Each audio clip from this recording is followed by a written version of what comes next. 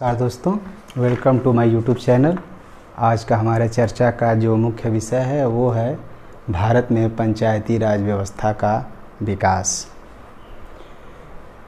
दोस्तों, आज 24 अप्रैल है और आज ही के दिन सन 1993 में भारतीय संविधान संशोधन के अंतर्गत 73वें संविधान संशोधन के तहत 1993 में पंचायती राज अधिनियम लागू किया गया और आज 24 अप्रैल को प्रतिवर्ष पंचायती राज दिवस के रूप में मनाया जाता है।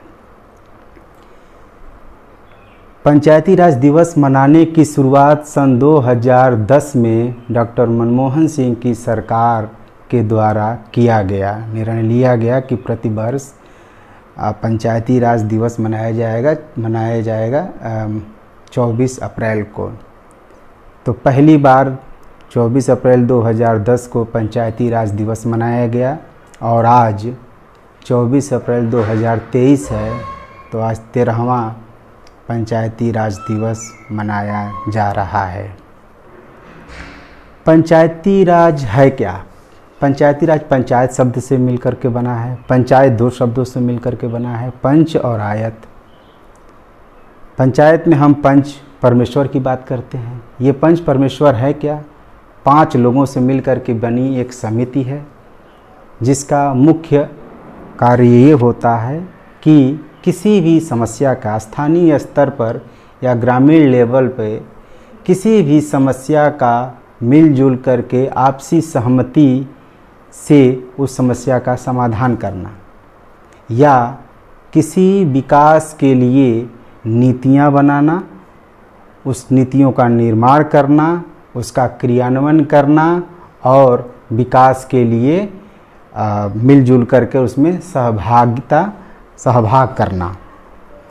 तो पंचायत का मतलब है पार्टिसिपेशन ऑफ पीपल, लोगों की जन सहभागिता ग्रामीण विकास में कितनी है, ये पंचायत के माध्यम से हम इसको जानेंगे। देखा जाए तो भारत एक गांव का देश है और आज भी गांव में लगभग 64 से 65% लोग पूरे भारत के निवास करते हैं। आज भी महज 33-34% लोग शहरों में रहते हैं, शेष आबादी गांव में रहती है। तो गांव को क्या वो सब सुविधाएं या उनको अपने विकास का अधिकार नहीं मिलना चाहिए जो शहरों को है? तो मेरा जवाब ये है कि ज़रूर मिलना चाहिए और इन्हीं चीज़ों को दृष्टिगत रखते हुए गांव के विकास की बात की गई। पहले जब गांव के विकास के बारे में सोचा जाता था तो नीतियों का निर्धारण ऊपर से होता था, यानी कि जो सत्ता के जो शीर्ष पे लोग बैठे होते थे वही गांव के बारे में नीतियों का निर्माण करते थे और अधिकतर वे लोग होते थे जिनका गांव से कोई लेना देना नहीं होता था या गांव के जीवन या गांव के समस्याओं से उनका कोई सरोकार नहीं होता था। वो लोग पॉलिसी बनाते और उसके लिए नीतियों का निर्माण करते हैं। फलस्वरूप इसका लिहाजा या खामियाजा ये हुआ कि जो भी ऊपर से योजनाएं बनती वो धरातल पे सफल नहीं हो पाती, या यूँ कहा जाए कि उसका वास्तविकता से कोई लेना देना नहीं होता था। अर्थ के क्षेत्र में ये कहा जाता था कि पैसा जो टॉप से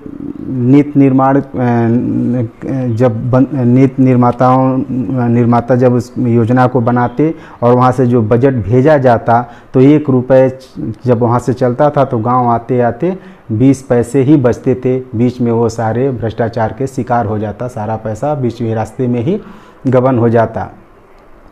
तो कहा गया कि जो विकास का जो एक खांचा था वो उसको डिसेंट्रलाइज किया जाए, उसको विकेंद्रित किया जाए। जो सत्ता पावर ऊपर से नीचे की तरफ आता था उसको अब नीचे से ऊपर की तरफ ले जाया जाए।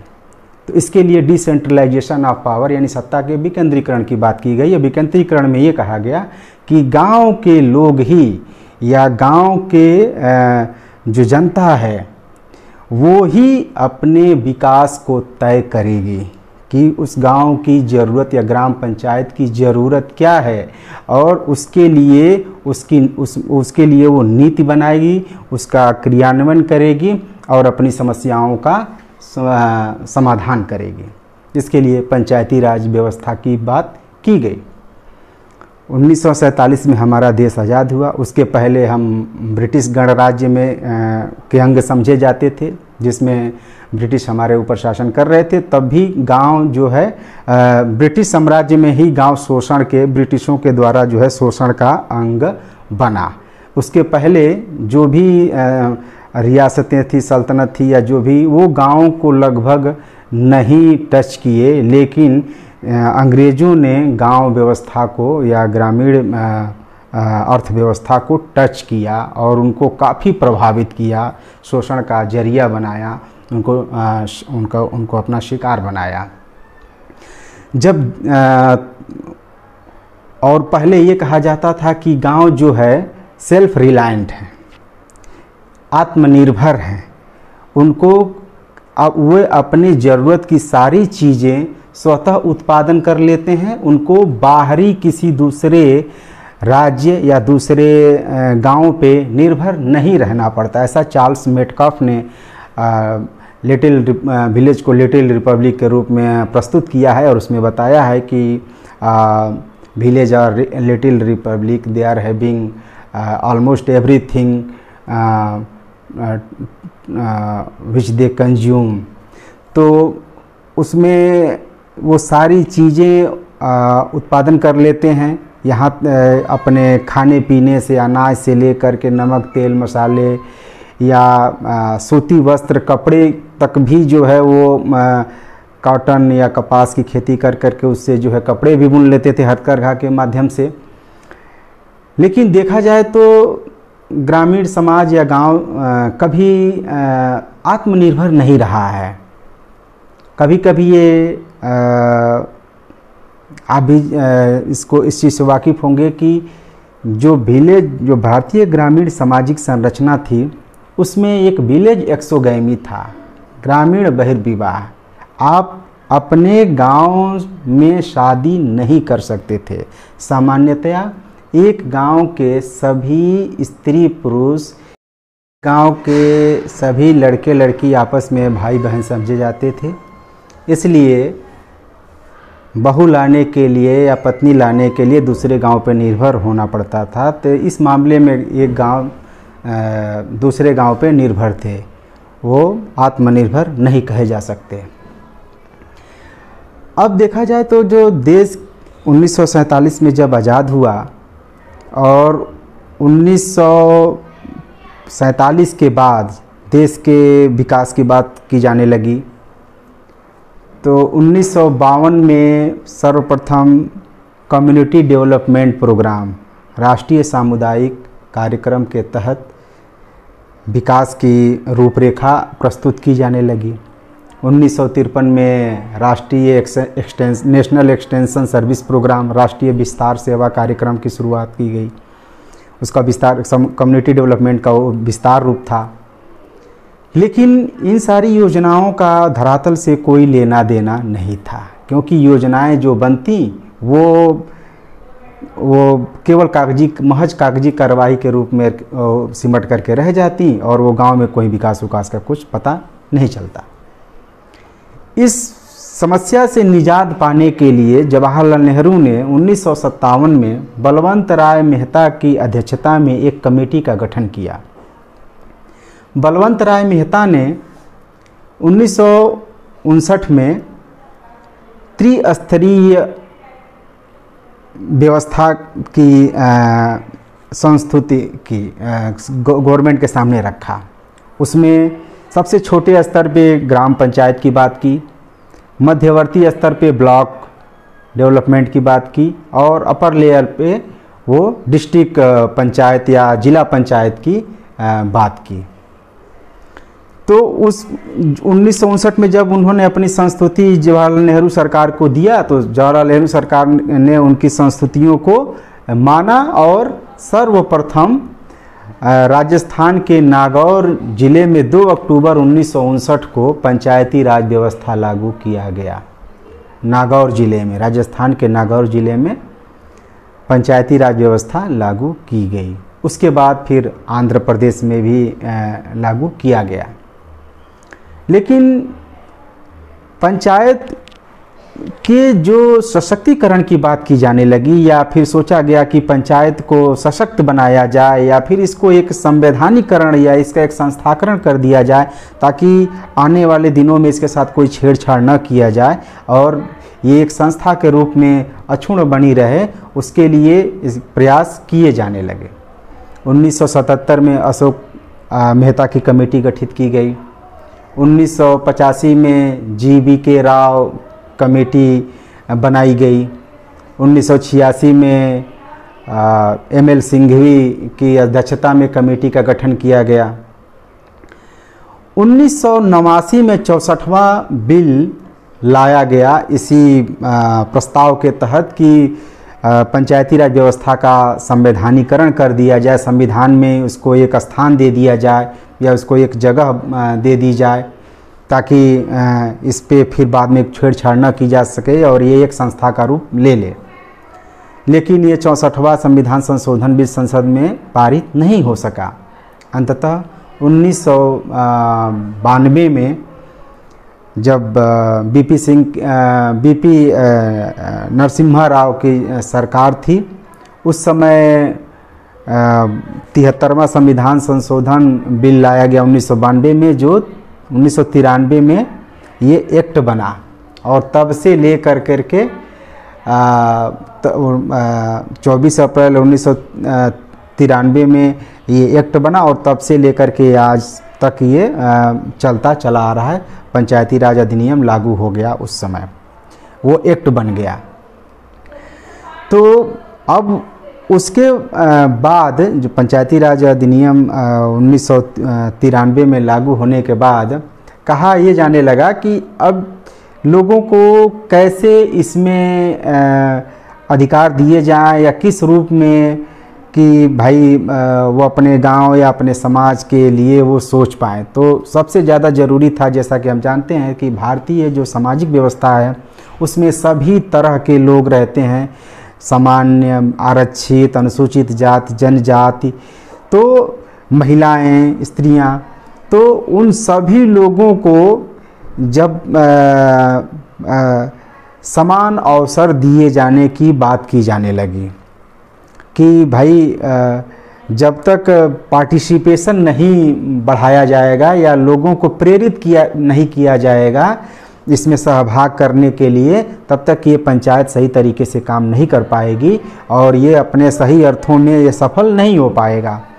तो महिलाओं को भी, स्त्रियों को भी उसमें 33% रिप्रेजेंटेशन यानी प्रतिनिधित्व की बात की गई, क्योंकि हम जानते हैं कि देश की आधी या किसी भी समाज या देश की आधी आबादी महिलाएं होती हैं और आधी आबादी को उपेक्षित कर करके आप एक स्वस्थ लोकतंत्र या स्वस्थ राष्ट्र का निर्माण नहीं कर सकते। और प्रतिनिधित्व तो एक राष्ट्र निर्माण की प्रक्रिया है। Representation is a process of this nation building. तो महिलाओं को उसमें अधिक प्रतिनिधित्व दिया गया। उनको उच्च पदों जैसे अध्यक्ष के पद हैं उनमें भी 33% का रिप्रेजेंटेशन दिया गया। अनुसूचित जाति, अनुसूचित जनजाति की महिलाओं को भी 33% या का प्रतिनिधित्व किया गया और उनके जनसंख्या के आधार पे प्रतिनिधित्व को निर्धारित किया गया। तो जब इसके माध्यम से जो स्त्रियों का पार्टिसिपेशन, महिलाओं का जो राजनीति में पार्टिसिपेशन शुरू हुआ या पॉलिटिक्स में जो पार्टिसिपेशन शुरू हुआ, वो इनके सशक्तिकरण का एक पैमाना बना। क्योंकि एम्पावरमेंट सबसे पहले पॉलिटिकल एम्पावरमेंट के रूप में ही होना चाहिए, फिर पॉलिटिकल एम्पावरमेंट होने के बाद सोशल एम्पावरमेंट इनका अपने आप बढ़ जाता है। या ये कहा जाए कि जब अधिकार आते हैं तो अधिकार का कुशलतापूर्वक उसका एक्सरसाइज करना, इनिशिएटिव लेना, लीडरशिप प्रोवाइड करना, ये सब एम्पावरमेंट या सशक्तिकरण का एक पैमाना है। तो महिलाओं को राजनीति के माध्यम से जो पार्टिसिपेशन का जो एक कदम उठाया गया वो उनके सशक्तिकरण के लिए बहुत ज़रूरी था। और आज हम पाएंगे कि संवैधानिक पदों पे, ये भारतीय संविधान की ही देन है कि आज हमारे शीर्षस्थ उच्च पद पे हमारी राष्ट्रपति महामहिम द्रौपदी मुर्मू जी, जो एक वंचित समुदाय वर्ग से आती हैं, वे पद पे आसीन है। ये भारतीय संविधान की ही देन है। मायावती जी मुख्यमंत्री रही हैं, इंदिरा गांधी प्रधानमंत्री रही हैं। तो ये सब बहुत सारी जो है स्त्रियां जो है कैबिनेट पे मंत्री रही हैं। अपने ममता बनर्जी भी रही हैं, मुख्यमंत्री हैं पश्चिमी बंगाल में। तो ये सब क्या है? ये सब उसकी संविधान की ही देन है कि महिलाएं भी जो है राजनीति के माध्यम से अपनी भागीदारी सुनिश्चित कर रही हैं डिसीजन मेकिंग में। जो देश के या किसी भी समाज के जो विकास की जो योजना बनाई जाती है, रूपरेखा तय की जाती है, उसमें भी महिलाओं की भागीदारी होनी चाहिए। उनका भी सेइंग होना चाहिए कि वो क्या चाहती हैं, किस तरीके से चाहती हैं। तो देखा जाए तो गांव के जो इस आधार पे जो प्रतिनिधित्व की बात की गई, इससे उनके सशक्तिकरण की बात की गई। और फिर गाँवों को के जो पंचायती राज के माध्यम से जो लक्ष्य निर्धारित किए गए, जो मुख्य विषय तय किए गए कि पंचायत में वो कौन से कार्य होंगे जिसके अंतर्गत या जिस विषयों को लेकर करके ये पंचायत कार्य करेगी। तो 29 मुख्य विषय निर्धारित किए गए।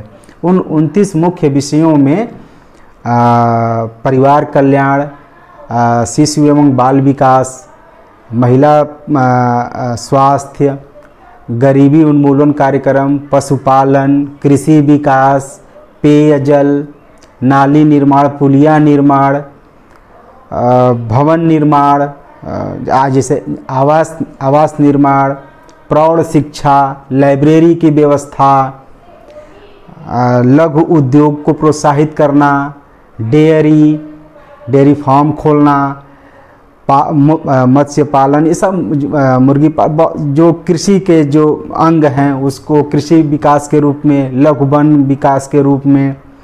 तो ये सारी चीज़ें इन 29 मुख्य विषयों के अंतर्गत इस चीज़ को रखा गया।